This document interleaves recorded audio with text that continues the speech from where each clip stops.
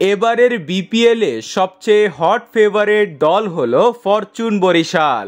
এখনো পর্যন্ত 9 জয় 2 পরাজয়ে 18 পয়েন্ট নিয়ে কোয়ালিফায়ার 1 হিসাবে প্লে অফ নিশ্চিত করেছে বরিশাল।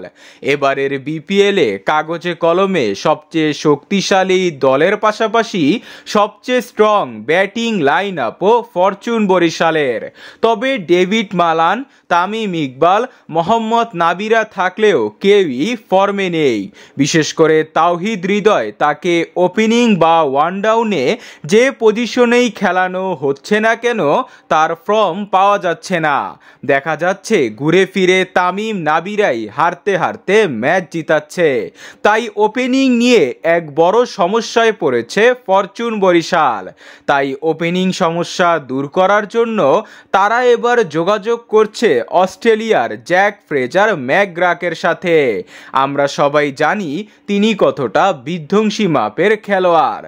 তাকে ফরচুন বরিশাল দলে ভিড়াতে পারলে তামিমের যোগ্য পার্টনার হবেন তিনি। তবে তিনি অস্ট্রেলিয়ার ন্যাশনাল টিমের রাডারের একজন প্লেয়ার, আর অস্ট্রেলিয়া ক্রিকেট বোর্ড তাকে এনওসি দিবে কিনা তা নিয়ে রয়েছে প্রশ্ন। সাধারণত অস্ট্রেলিয়া তাদের ন্যাশনাল টিমের প্লেয়ারদের বিপিএল খেলার জন্য এনওসি দেয় না। এখন দেখা যাক ফরচুন বরিশাল তার সাথে আলোচনা কতটুকু ফাইনাল করলো।